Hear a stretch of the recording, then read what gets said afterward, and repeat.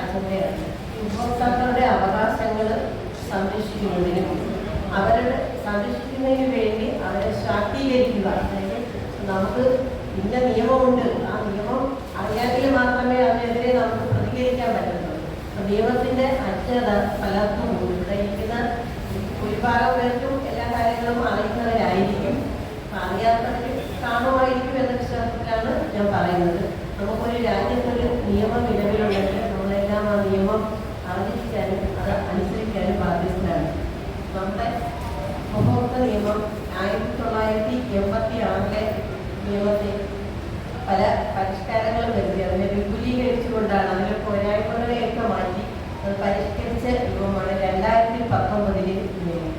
ഇന്നത്തെ ഈ കാലഘട്ടത്തിൽ നമുക്കറിയാം, നമ്മൾ മുമ്പ് കോടതികളിൽ ഇപ്പോൾ ഒരു കേസ് ഫയൽ ചെയ്യണമെങ്കിൽ കോടതി വനാത്തികളിൽ നമ്മൾ കയറി ഇറങ്ങി കേസിന് നിൽക്കണം. അതുപോലെ കേസ് ഫയൽ ചെയ്യുന്നത് നമ്മുടെ സമയം, പണം ഇതെല്ലാം നമുക്ക് നഷ്ടമാകുമായിരുന്നു. ഇന്നിപ്പോൾ അതിനെല്ലാം പരിഹാരമായിട്ടുണ്ട്. വീട്ടിൽ ഇരുന്ന് തന്നെ നമുക്ക് കേസുകൾ ഫയൽ ചെയ്യാം. അതൊരു ഉപഭോക്തൃ കോടതി കുറച്ചും കൂടെ ജനകീയമായ സുതാര്യമായുമാണ് തോന്നുന്നത്. സാധാരണ കോടതികളിൽ നമുക്ക് നേരിട്ട് പോയി പരാതി ഫയൽ ചെയ്യാൻ പറ്റത്തില്ല. പക്ഷേ ഉപഭോക്തൃ കോടതിയിൽ ഒരു ഉപഭോക്താവിന് ഒരു വക്കീലിന് സഹായമില്ലാതെ തന്നെ നമുക്ക് എന്താണോ നമ്മുടെ പരാതി അത് നമുക്ക് നേരിട്ട് അതിന് ബോധിപ്പിക്കാം. അതുപോലെ അതിന് ഇപ്പം നിങ്ങൾക്കുണ്ടായ ഈ കാലത്തുള്ള ഒരു പോർട്ടൽ വഴിയാണ് ഈ പരാതികൾ ഫയൽ ചെയ്യേണ്ടത്. അപ്പം അത് ഫയൽ ചെയ്യുന്നതിന് ചിലപ്പോൾ നമുക്ക് സാധാരണക്കാരായ ആൾക്കാർക്ക് അറിവില്ലായിരിക്കും. അതിനവിടെ സഹായിക്കുന്നതിനും ആൾക്കാർക്കാണ്. നമ്മൾ കോടതിയുമായിട്ട് ബന്ധപ്പെട്ടാൽ മതി, നമ്മളെ ചെയ്യും. അതുകൊണ്ട് ഈ ഉപഭോക്തൃ കോടതിയിലെ പരാതികൾ നമുക്ക് ഓൺലൈനായി ഫയൽ ചെയ്താൽ ലിങ്ക് വഴി നമുക്ക് വീട്ടിൽ ഇരുന്ന് തന്നെ കേസുകൾ അപ്പീൽ ചെയ്യാൻ ലിങ്ക് വഴി കയറണം. അതല്ലാതെ നേരിട്ട് കോടതികളിൽ പോയി നിങ്ങൾക്ക് സ്വന്തമായിട്ട് തന്നെ നിങ്ങളുടെ കാര്യങ്ങൾ അവിടെ അവതരിപ്പിക്കാൻ സാധിക്കും. ഒരു അഭിഭാഷകന്റെ സഹായം ഇല്ലാതെ തന്നെ നിങ്ങളുടെ ഗ്രീവൻസിൽ പരിഹാരം തേടാൻ സാധിക്കും.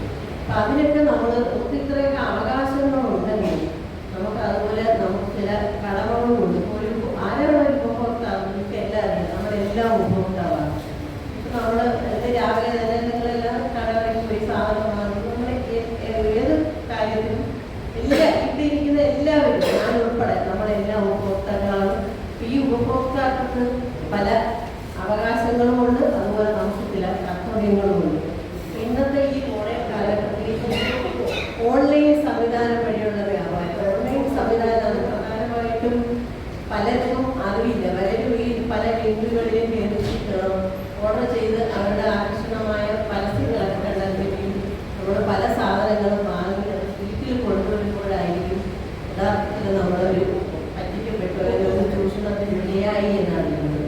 അപ്പം അങ്ങനെ ആ ചൂഷണത്തിൽ ആരും ഇടയാവാതിരിക്കുക. നമ്മൾ ഒരു സൈറ്റിൽ നമ്മൾ എന്തെങ്കിലും ഒരു പരസ്യങ്ങൾ കണ്ടാൽ അതിൻ്റെ ബാഹ്യമായ ആ ഒരു ആകർഷണത്തിൽ മാത്രം വീണ് അതിലേക്ക് ചെന്ന് ചെയ്യാതിരിക്കുക എന്നുള്ളതാണ് നമ്മുടെ ഒന്നാമത്തെ കടമ. പിന്നെ രണ്ടാമത് നമ്മുടെ അറിവില്ലായ്മ കൊണ്ടോ അല്ലെങ്കിൽ നമ്മുടെ നമുക്ക് ആ സാധനം ആവശ്യമാണ് എന്ന് കണ്ട് നമ്മൾ അതിനെ ഓർഡർ ചെയ്ത് കൊണ്ടുവരുന്നു. അതിൽ നമ്മൾ ഉദ്ദേശിച്ച ഒരു ക്വാളിറ്റി അല്ലെങ്കിൽ അതിൻ്റെ നമ്മളുടെ വില നിലവാരത്തിനനുസരിച്ചുള്ള ക്വാളിറ്റിയിലല്ല നമുക്ക് സാധനം കിട്ടിയതെങ്കിൽ തീർച്ചയായും നമുക്ക് അതിനെതിരെ ഉപഭോക്തൃ കോടതിയിൽ പരാതി കൊടുക്കാൻ സാധിക്കും.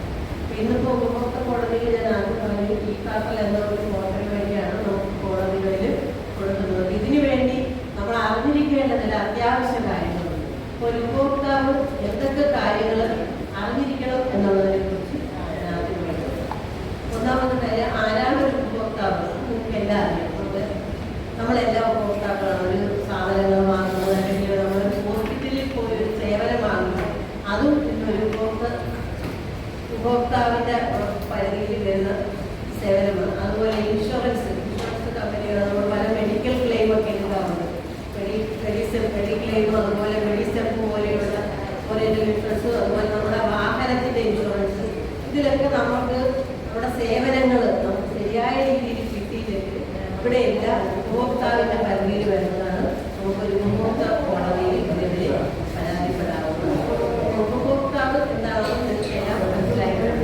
ഉപഭോക്താവിന് ഒരു കടയിൽ ചെന്ന് നിങ്ങളൊരു സാധനം വാങ്ങി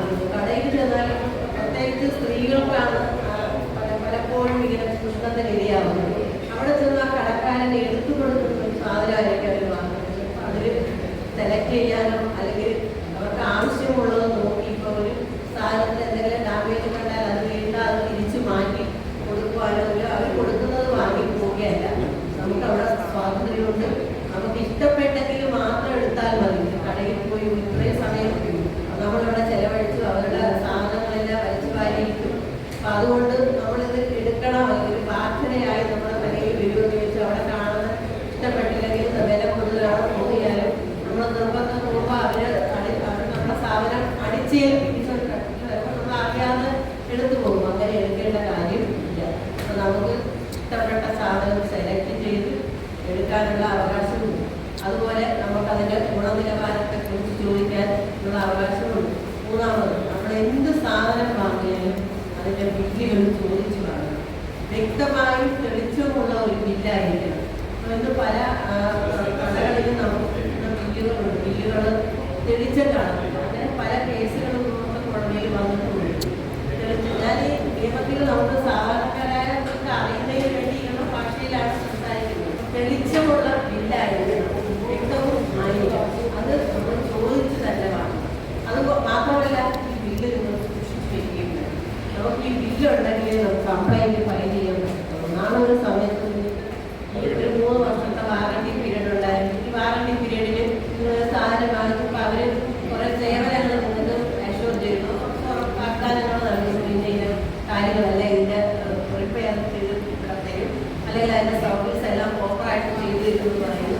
പക്ഷേ നിങ്ങൾക്ക് ഒരു അനിവാര്യമായ ഒരു കാലഘട്ടത്തിൽ സർവീസിന് വേണ്ടി വരുമ്പോൾ അവർ പറഞ്ഞ വാഗ്ദാനങ്ങളൊന്നും പാലിക്കപ്പെട്ടില്ല എങ്കിൽ നമുക്ക് അന്ന് നമ്മുടെ കയ്യിൽ തന്ന ബില്ലുകളോ അതിൻ്റെ വാറണ്ടി കാർഡോ ഇതെല്ലാം സൂക്ഷിച്ചു വെച്ചാൽ മാത്രമേ നമുക്ക് കോടതിയിൽ പോയി ഫയൽ ചെയ്യാൻ പറ്റുള്ളൂ. നിങ്ങൾക്ക് അറിയാമായിരിക്കും, നമ്മൾ കോടതിയിൽ ഇപ്പോൾ ഒരു കേസ് അല്ലെങ്കിൽ ഫയൽ ചെയ്താലും അതിൻ്റെ ഒരു ജഡ്ജസിൻ്റെ മുന്നിൽ വരുമ്പോൾ എപ്പോഴും വ്യക്തമായ ഒരു തെളിവുകളുടെ അടിസ്ഥാനത്തിലായിരിക്കും അവിടെ ജഡ്ജ് ചെയ്യപ്പെടുന്നത്. ഞാൻ കടയിൽ നിന്ന് വാങ്ങിച്ചു എന്ന് നമ്മൾ വാക്കാൽ പറഞ്ഞു വാറണ്ടി ഉണ്ടായിരുന്നു, വാറണ്ടി കാർഡ് ഇവിടെ കയ്യിലില്ല, അല്ലെങ്കിൽ ആ റെസീപ്റ്റ് എൻ്റെ കയ്യിലില്ല എന്ന് പറഞ്ഞാൽ അവിടെ ഉപഭോക്താവിന് വിജയിക്കാൻ പറ്റുള്ളൂ ഇല്ല. അപ്പോൾ നമ്മളത് വ്യക്തമായിട്ട് തന്നെ നമ്മുടെ കയ്യിലുള്ള കാർഡ് അല്ലെങ്കിൽ അതിന് വാറണ്ടി കാർഡായാലും ബില്ലുകളായാലും ഉപഭോക്താവ് സൂക്ഷിക്കും. ഇതൊക്കെ നമ്മൾ അറിഞ്ഞിരിക്കേണ്ടത് അടിസ്ഥാന കാര്യങ്ങളാണ്. ബില്ലുകൾ സൂക്ഷിച്ചു വയ്ക്കുക. അതുപോലെ നമുക്ക് തരുന്ന സേവനങ്ങൾ എന്തൊക്കെയാണെന്നും അവർ ചോദിച്ചു. ചിലരാണെങ്കിൽ വാറണ്ടി കൊണ്ടുവന്നത് സീലൊന്നും അടിക്കാതെ ഡേറ്റ് അടിക്കാതെ അതെല്ലാം ഉറപ്പാക്കി വേണം എന്ന കടയിൽ നിന്നും ഇറങ്ങി. അതുപോലെ തന്നെ ഇൻഷുറൻസ് കമ്പനികൾ ഇന്ന് പല സ്ഥലത്തും നമ്മൾ കാണുന്ന ഒരു കാഴ്ചയാണ്. വളരെ വാഗ്ദാനങ്ങളൊക്കെ തന്ന് മെഡിക്കൽ ഇൻഷുറൻസ് നമ്മളെ കൊണ്ട് അവർ പോളിസി എടുപ്പിക്കുമ്പോൾ നമുക്ക് ഒരുപാട് വാഗ്ദാനങ്ങളായിരിക്കും തരുന്നത്. പക്ഷെ നമുക്ക് എന്തെങ്കിലും ഒരു അസുഖം വന്നു നമ്മളൊരു ഹോസ്പിറ്റലിൽ അഡ്മിറ്റായി നമ്മൾ ആ ഇൻഷുറൻസ് ക്ലെയിം ധാരാളം കേസുകൾ അങ്ങനെ നമ്മുടെ ശ്രദ്ധയിൽപ്പെട്ടിട്ടുണ്ട്. നമ്മൾ ഇൻഷുറൻസ് ക്ലെയിം ചെയ്യുമ്പോൾ നമ്മുടെ ക്ലെയിം നിസ്സാര കാരണങ്ങൾ കൊണ്ടായിരിക്കും ഇൻഷുറൻസ് കമ്പനികൾ നിരസിക്കുന്നത്.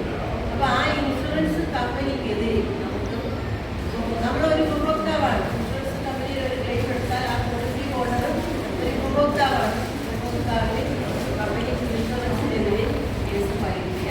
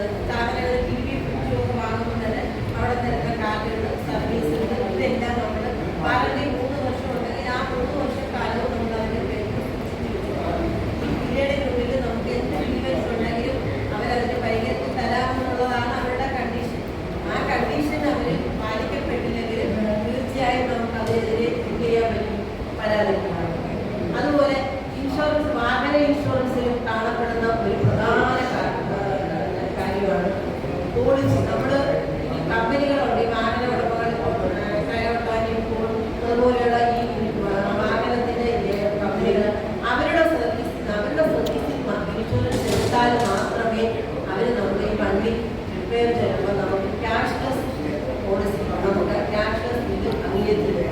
ഇല്ലെങ്കിൽ അവർ പറയും നിങ്ങൾ ഔട്ട്സൈഡിൽ നിന്ന് എടുത്ത പോളിസിയാണ്, നിങ്ങൾ ഇവിടെ ഇതിന്റെ പേയ്മെന്റ് അടയ്ക്കണം, പേയ്മെന്റ് അടച്ച ശേഷം പിന്നെ നിങ്ങൾ പോയി റീപേഴ്സിൽ എടുത്തോളാനായിട്ട് ഡീലേഴ്സ് പറയും. ഡീലറുടെ കയ്യിൽ നിന്ന് നമ്മളൊരു വണ്ടി, പുതിയൊരു വണ്ടി കാറോ ബൈക്കോ എന്തെങ്കിലും ഒരു പുതിയ വണ്ടി നമ്മുടെ ഡീലറിൽ നിന്ന് എടുക്കുമ്പോൾ എപ്പോഴും അവർ നമ്മളോട് ഡിമാൻഡ് ചെയ്യും അവരുടെ ഇൻഷുറൻസ് തന്നെ എടുക്കണം, അവരുടെ ഡീലർ വഴി മാത്രമേ ഇൻഷുറൻസ് എടുക്കാവുള്ളൂ. പലരും അത് കേൾക്കുകയും ചെയ്യും. കാരണം എന്തുകൊണ്ടാണെന്ന് വെച്ചാൽ ഇതിന്റെ പിന്നീട് പുറകെ പോലെയുള്ള നൂലാമാലകൾ ഓർത്താഴ്ച പലരും ചെയ്യുന്നുണ്ട്. പക്ഷെ ഔട്ട്സൈഡിൽ നിന്ന് എടുക്കുന്ന പോളിസിയേക്കാളും തുക കൂടുതലായിരിക്കും ഇവിടെ. അപ്പൊ ഇവരുടെ ഒരു ലാഭം എത്ര ശതമാനം ഉണ്ട്, അവരൊക്കെ ഒരു കണക്കുണ്ട്. ആ ഒരു പൈസ നമ്മളെ എപ്പോഴും കൂടുതലായിരിക്കും അവർ വാങ്ങുന്നത്. ആ ഒരു ലാഭത്തിന് വേണ്ടിയാണ് നമ്മളെ കൊണ്ടാക്കാൻ അങ്ങനെ കമ്പനി ഏൽപ്പിച്ചെടുക്കുന്നത്. പക്ഷേ നമ്മൾ ഔട്ട്സൈഡിൽ നിന്ന് ഒരു പോളിസി പോയി എടുത്താലും നമുക്ക് അവരുടെ ഡീലറുടെ കയ്യിൽ എടുക്കുന്ന എല്ലാ അവകാശങ്ങൾക്കും നമ്മൾ ബാധ്യസ്ഥരാണ്. അങ്ങനെ ഈ അടുത്ത സമയത്തും അങ്ങനെ ഒരു ക്ലൈന്റ് അതിനടുത്തൊരു കേസിൽ വന്നായിരുന്നു. അവര് ഡീലർ എടുത്തടുത്ത് പോളിസി പാസ്സാൻ വഴിയാണ് ഓറിയന്റൽ ഇൻഷുറൻസ് കമ്പനിയുടെ ഇൻഷുറൻസ് എടുത്തത്. വണ്ടി ഒരു ആക്സിഡന്റ് പറ്റി സർവീസ്, അവരുടെ ഡീലറുടെ സർവീസ് ഷോപ്പിൽ പുതിയ വണ്ടിയായിരുന്നു, സർവീസ് ഷോപ്പിൽ കൊണ്ടുകൊടുത്തു. അവര് ആക്സിഡന്റ് ക്ലെയിം നിരസിച്ചു. അവർ പറഞ്ഞത് നിങ്ങൾ ഔട്ട്സൈഡ് പോളിസിയാണ് എടുത്തത്, അതുകൊണ്ട് ഇവിടെ ക്യാഷ്ലെസ് ബില്ല് തരാൻ പറ്റില്ല, നിങ്ങളുടെ പേരിൽ വരുന്നതിൽ നിങ്ങൾ പേ ചെയ്യണം. പേ ചെയ്ത ശേഷം പിന്നെ നിങ്ങൾ കമ്പനി, ഇൻഷുറൻസ് കമ്പനിയെ കൊടുത്ത് അത് റീഇംബേഴ്സ് ചെയ്തെടുക്കാം. ചിലപ്പോൾ കിട്ടും, ചിലപ്പോൾ കിട്ടത്തില്ല. പിന്നെ നമ്മൾ അതിൻ്റെ പുറകെ പോകും. അപ്പോൾ ഈ പറഞ്ഞ കക്ഷി നമ്മളെ സമീപിച്ച് നമ്മളതിന് ആദ്യം അവർക്കൊരു അഡ്വക്കേറ്റ് നോട്ടീസ് അയച്ചിട്ട് ഇത്ര ദിവസത്തെ ഒരു റിപ്ലൈ അറിയില്ലെങ്കിൽ നമ്മൾ കേസ് ഫയൽ ചെയ്തുകൊടുക്കണം. അഡ്വക്കേറ്റ് നോട്ടീസ് കേസ് കൊടുക്കേണ്ടി വന്നില്ല. അപ്പോൾ അവർക്ക് മനസ്സിലായി കേസിൽ പോയാൽ അവർ അതിന് കോമ്പൻസേഷനും കൂടെ കൊടുക്കണം എന്ന് മനസ്സിലാക്കിയത് കൊണ്ടായിരിക്കാം അവരെ ആദ്യത്തെ ബില്ല് മാറ്റി ഇൻഷുറൻസ് കമ്പനിയിലൊക്കെ അവർ. പക്ഷേ 15 ദിവസം അവരായിട്ട് നടത്തിച്ച് വണ്ടി സർവീസിന് ഏകദേശം ഒരു മാസത്തിൽ അവർ ഡിലേ ആയി. അവരെ കൊണ്ട് ചെയ്യാൻ പറ്റുന്ന കാര്യം അത്രയായിരുന്നു. അവർ ക്യാഷ്ലെസ് ബില്ല് കൊടുത്തു. ഈ ക്ലൈന്റ് വിട്ടില്ല. അയാളിപ്പോൾ കൺസ്യൂമർ കോർട്ടിൽ കേസ് ഫയൽ ചെയ്തിരിക്കുന്നത്.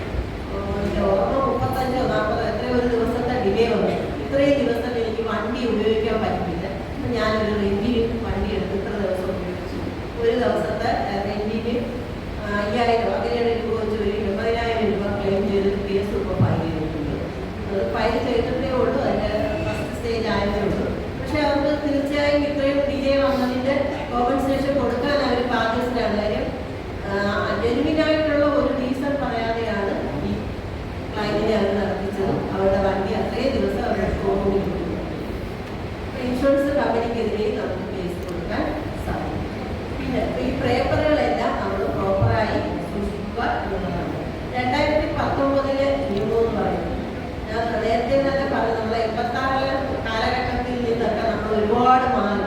2019 നിന്നും അഡ്വാൻസ്ഡ് ആണ് ഇന്ന് 2026 നമ്മൾ നിൽക്കുന്നത്. അപ്പോൾ ഇന്നത്തെ ഈ ആധുനിക സാങ്കേതിക വിദ്യയുടെ ഈ വളർച്ചയിൽ നമ്മുടെ ഒരു ഉപഭോക്താവിൻ്റെ പരിധിയിൽ വരുന്ന കാര്യങ്ങളിലും ധാരാളം മാറ്റങ്ങൾ വന്നിട്ടുണ്ട്. നമുക്ക് ഇന്നിപ്പോൾ എല്ലാവർക്കും ഓൺലൈൻ ഷോപ്പിംഗ് ആണ് കൂടുതൽ. നിങ്ങൾക്ക് എല്ലാം അറിയാവുന്ന കാര്യമാണ്. പണ്ട് നമുക്കിങ്ങനെ ഓൺലൈൻ ഷോപ്പിംഗ് ഇല്ലായിരുന്നു. ഈ ഓൺലൈൻ ഷോപ്പിങ്ങിലൂടെ പലരും കബളിപ്പിക്കപ്പെടുന്നുണ്ട്. പ്രത്യേകിച്ച് നിങ്ങളുടെ സ്ത്രീകളെ കുറിച്ച് പറയണമെന്നുകൊണ്ടാണ് ഞാനത് എടുത്തു പറയുന്നത്. പ്രത്യേകിച്ച് നമ്മുടെ സ്ത്രീ സമൂഹത്തിനാണ് ഇങ്ങനെ പല അബദ്ധങ്ങളും പറ്റുന്നത്. സ്ത്രീകൾ പൊതുവെ ഇങ്ങനെ ഓഫറുകൾ കണ്ട് മറ്റു അതിൻ്റെ പിന്നിൽ ആകൃഷ്ടരായി ഓഫറുകൾ, മറ്റൊരു തന്ത്രമാണ്, ഉപഭോക്തൃ തന്ത്രമാണ്, പല ഓഫറുകളും കൊടുക്കുക. വാഗ്ദാനങ്ങൾ ഇത്ര ഒന്ന് ഒരെണ്ണം എടുക്കുമ്പോൾ ഒന്നും കൂടെ അതിന് കൂടെ ഫ്രീ. പക്ഷേ അതിൻ്റെ പിന്നിൽ ഒരു വൻ ചതി ഒഴിഞ്ഞിട്ടുണ്ട്. നമ്മളത് ശ്രദ്ധാപൂർവ്വം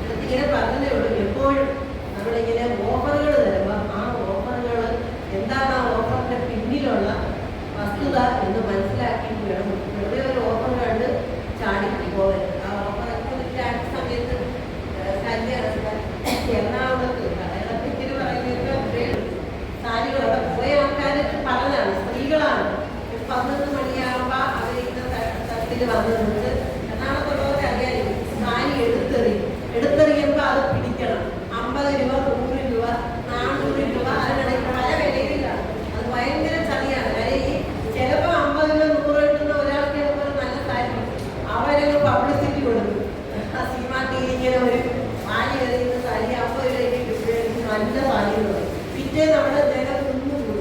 ആദ്യത്തെ ഒരു ദിവസം അവർ ഒരു പരീക്ഷണം ടെക്നിക്കാണ്. ആദ്യത്തെ ഒരു ദിവസം അല്ലെങ്കിൽ 1-2 ഫയലുകൾ ഇങ്ങനെ കൊടുക്കും. അപ്പൊ ഇവരിലൂടെ ഇത് മറ്റുള്ളവരാണ്. കടയിൽ ഭയങ്കര ജനം വരും. ജനം വരുമ്പോൾ പിന്നെ അവരെ ഇതിനകത്ത് മിക്സ് ചെയ്തിട്ട് ലോ ക്വാളിറ്റിക്ക് വില പറഞ്ഞതും എല്ലാം അവരുടെ സ്റ്റോക്ക് വിറ്റ് ചെയ്യാതിരിക്കുന്ന പഴയ സാധനങ്ങളൊക്കെ ആണ് ഇതെല്ലാം എടുത്തിരിക്കും.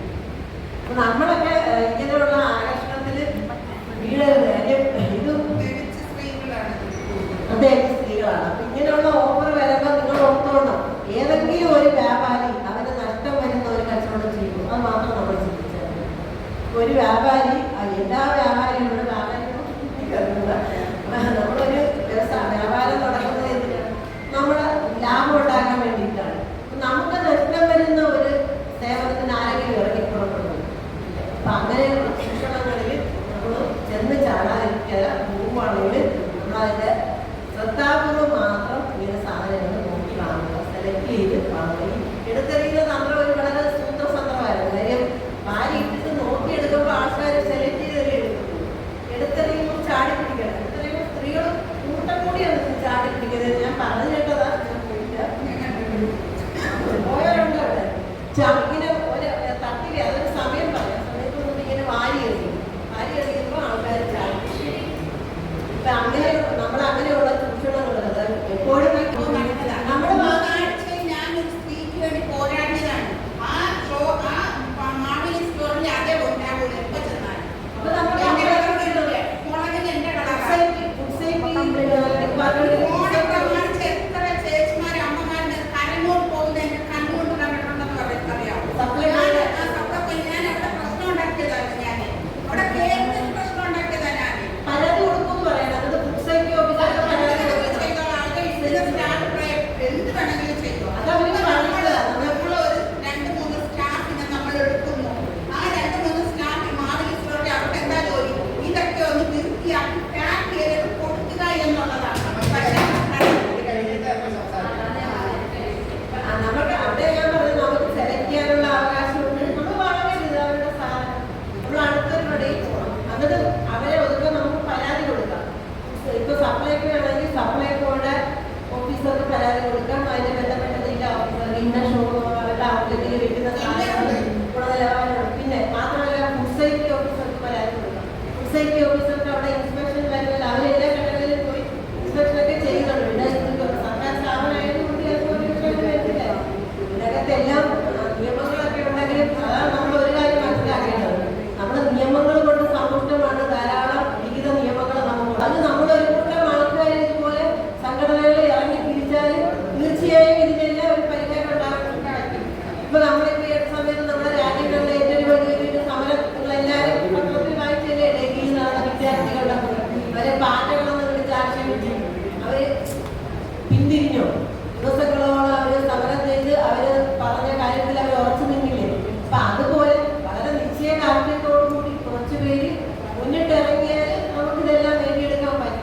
അവിടെയാണ് നമ്മുടെ സംഘടനയുടെയൊക്കെ ഒരു പ്രത്യേകത. സംഘടനയുടെ നേതൃത്വത്തിൽ കുറച്ച് ആൾക്കാർ ഇതിന് മുന്നിട്ട് ഇറങ്ങും. ആരാദ്യം ഇറങ്ങും എന്നുള്ളതല്ല, ആരെങ്കിലും ഒരാൾ ഇറങ്ങും. അപ്പൊ പിന്നെ ബാക്കിയുള്ളവർ പറഞ്ഞു. അപ്പൊ നമുക്ക് നമ്മുടെ അവകാശമാണ്. നമ്മൾ വാങ്ങരുത്, ഇത്രയേ ഉള്ളൂ. അടുത്ത ഷോപ്പിൽ പോയി വാങ്ങുമ്പോൾ പിന്നെ അവരുടെ കടയ്ക്കെതിരെ കംപ്ലൈന്റ് കൊടുക്കുക. ഇപ്പോൾ ഒരാളിപ്പോ അതാ പലരും പിന്നോട്ട് പോകുന്നത്. ഞാൻ ഒറ്റയ്ക്ക് പോയാൽ എന്താണ് സംഭവിക്കുന്നത്? അങ്ങനെ ആരും ചിന്തിക്കരുത്. 10 പേരെ കൂടി നമുക്കറിയാം. സ്ത്രീകൾ മുന്നിട്ട് ഇറങ്ങിയാലും നേടിയെടുക്കാൻ പറ്റാത്ത കാര്യങ്ങളൊന്നുമില്ലാതെ ഫ്ലാറ്റ് മുടയിൽ സമരം നിങ്ങൾ കേട്ടിട്ടില്ലേ? ഒരു സ്ത്രീയല്ലേ അതിന്റെ മുന്നിൽ നിന്നത്. അതുപോലെ നമ്മളെല്ലാവരും കൂടുതലുള്ള പുരുഷന്മാരാണ്, സ്ത്രീകളല്ല. എനിക്ക് തന്ന വിഷയത്തിനെ മുന്നിലോട്ട് പറഞ്ഞത് കൊണ്ട് ഞാനത് സംസാരിച്ചതാണ്.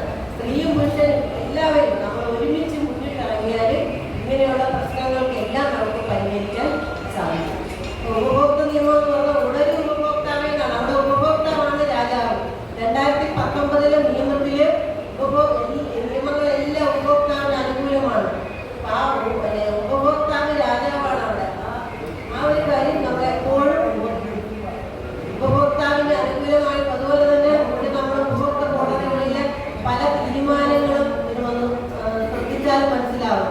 നമ്മുടെ ജനുവിനാണ് നമ്മുടെ കാര്യമെങ്കിൽ പ്രോപ്പറായി നമുക്കത് കോടതിയുടെ മുമ്പിൽ സ്ഥാപിച്ചെടുക്കാൻ തെളിവുകളും ഉണ്ടെങ്കിൽ തീർച്ചയായും നമുക്ക് വിജയവും ഉറപ്പാണ്. 2019 നിയമം എന്ന് പറയുന്നത് ഉപഭോക്താവിന്റെ എല്ലാ തീരുമാനങ്ങളും ഉപഭോക്താവിന് അനുകൂലമാണ്. ഉപഭോക്താവാണ് അവിടുത്തെ രാജാവ്. ഉപഭോക്താവ് വരാത്തത് കൊണ്ടാണ് നമ്മൾ ഇങ്ങനെയൊക്കെയുള്ള ചൂഷണങ്ങൾക്ക് വിധേയമാകുമ്പോൾ ഉടനെ ഉപഭോക്താവ് എന്നാണ് കഴിഞ്ഞ വർഷത്തെ ഒരു പ്രമേയം തന്നെ. ഉപഭോക്താക്കളെല്ലാം ഒന്നിച്ച് സംഘടിച്ച് ഉണർന്നാൽ നമുക്ക് ഇതിനെല്ലാം പരിഹാരം കണ്ടെത്താൻ സാധിക്കും. പരാതി കൊടുക്കുന്നതിൽ ഇപ്പൊ ഞാൻ നേരത്തെ പറഞ്ഞ് സ്വന്തമായിട്ട് കൊടുക്കാമെന്ന് പറഞ്ഞ് പോർട്ടൽ വഴി നിങ്ങൾക്ക് പരാതി രജിസ്റ്റർ ചെയ്യാം. അതിനൊന്നും വലിയ ചെലവൊന്നുമില്ല. അതുപോലെ മറ്റു കോടതികളെ പോലെയുള്ള വലിയ നിയമം കുറിപ്പുകളില്ല. അപ്പോൾ വളരെ സിമ്പിളായിട്ട് നമ്മൾ എന്താണോ ആവശ്യം കൊടുക്കാൻ സാധിക്കും. അല്ലെങ്കിൽ നിങ്ങൾക്ക് ലീഗൽ സർവീസ് അതോറിറ്റി വഴി ലീഗൽ സർവീസ് അതോറിറ്റി കണ്ടിട്ടില്ലേ? സൗത്ത് ഇന്ത്യൻ നിയമസഹായ കേന്ദ്രം ലീഗൽ സർവീസ് അതോറിറ്റിയിൽ പോയി പരാതി കൊടുത്താൽ അവിടെ നിന്ന് നിങ്ങൾക്ക് അഭിഭാഷകനെ തരും. ആ അഭിഭാഷകൻ മുഖേനയും കോടതിയിൽ കേസ് ഫയൽ ചെയ്യാൻ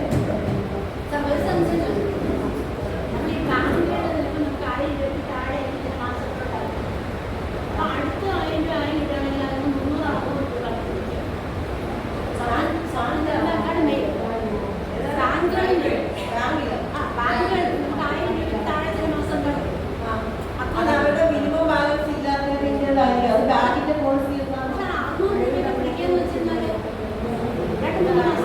അത് എന്താ അത് ബാങ്കുകാർക്ക് ഒരു മിനിമം ബാലൻസ് കാണും. അതില്ലെങ്കിൽ അവർ പിഴ ഇടാവുന്നതാണ്. അതിന് എന്താണ് മുൻകരെ അറിയാൻ ലോൺ വല്ലോ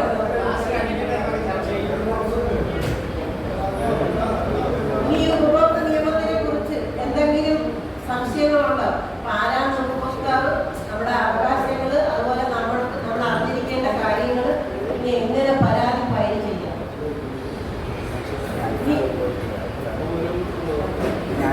സെറ്റിൽമെന്റ് ഇപ്പൊ നമ്മളൊരു കേസ് നടന്നുകൊണ്ടിരിക്കുന്നില്ല. കേസ് നടന്ന് കോടതിയിലാണോ കേസ്? കോടതിയിൽ കേസ് നടന്നു ഔട്ട്സൈഡ് സെറ്റിൽമെന്റ് പോസിബിളാണ്. ഔട്ട്സൈഡ് സെറ്റിൽമെന്റ് പോസിബിളാണ്. ഉപഭോക്തൃ കോടതിയിൽ ഇപ്പോൾ ഒരു കേസ് നടന്നുകൊണ്ടിരിക്കുകയാണെങ്കിൽ ഇപ്പോൾ രണ്ട് ഭാഗക്കാരും തമ്മിൽ ഇപ്പോൾ ഒരു സെറ്റിൽമെന്റിന് അവർ തയ്യാറാണ്. അറ്റ് സ്റ്റേജിൽ you can settle the case. നിങ്ങൾക്ക് ഏത് സ്റ്റേജിലും ആ കേസ് സെറ്റിൽ ചെയ്യാം. രണ്ട് രീതിയിൽ സെറ്റിൽ ചെയ്യാം. ഒന്ന്, നിങ്ങൾ തമ്മിൽ പറഞ്ഞ ധാരണയായിട്ട് കോടതിയിൽ പറഞ്ഞ് കോംപ്രമൈസ് ഹർജി കൊടുത്ത് നിങ്ങൾക്ക് തീർപ്പാണ്. രണ്ടാമത് കോടതി തന്നെ മീഡിയേഷൻ ഇടുന്നത്. നമ്മുടെ ഉപഭോക്തൃ സംരക്ഷണ നിയമ സെക്ഷൻ 37 പറഞ്ഞിട്ടുണ്ട് മീഡിയേഷൻ അവിടെ ട്രെയിൻഡ് മീഡിയേറ്റേഴ്സ് ഉണ്ട്. ആ മീഡിയേറ്റേഴ്സിന്റെ മുമ്പിൽ പോയി നിങ്ങൾ രണ്ട് കൂട്ടരും ഇപ്പൊ പരാതിക്കാരന് എതിർ കക്ഷിക്കും സ്വീകാര്യമായ രീതിയിൽ നിങ്ങൾക്ക് അത് സെറ്റിൽമെന്റ് ഉണ്ടാക്കി ആ സെറ്റിൽമെന്റ് മീഡിയേറ്റർ കോടതിയിൽ ഹാജരാക്കി കേസ് തീർപ്പാക്കുന്നത്.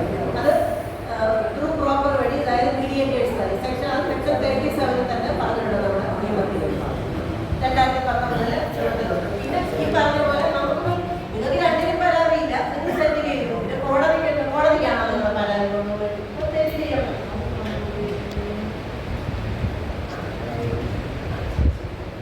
ഇനി എന്തെങ്കിലും സംശയം ഉണ്ടെങ്കിൽ എൻ്റെ അടുത്ത് പേഴ്സണലി വന്ന് ചോദിച്ചാൽ മതി, ഞാൻ പറഞ്ഞുതരാം.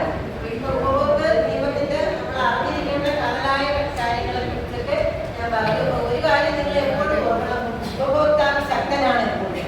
അപ്പൊ നമുക്ക് അവകാശങ്ങളുണ്ട്. നമ്മുടെ അവകാശങ്ങൾ നേടിയെടുക്കാൻ നമ്മൾ മുന്നിട്ടിറങ്ങുക. നമ്മൾ ചോദിക്കാൻ നമുക്കൊന്നും കിട്ടത്തില്ലല്ലോ. ഇതൊന്ന് സാധനം വാങ്ങിച്ചുകൊണ്ട് പോയി വായടച്ച് പോയി ഇരുന്നാൽ പറ്റുമോ? ഇല്ല. അപ്പൊ നമ്മൾ എന്ത് ചെയ്യുക? നമ്മൾക്കുള്ള അവകാശങ്ങളെ നമ്മൾ നേടിയെടുക്കാൻ വേണ്ടി മുന്നിട്ടിറങ്ങുക. മാത്രം പറഞ്ഞു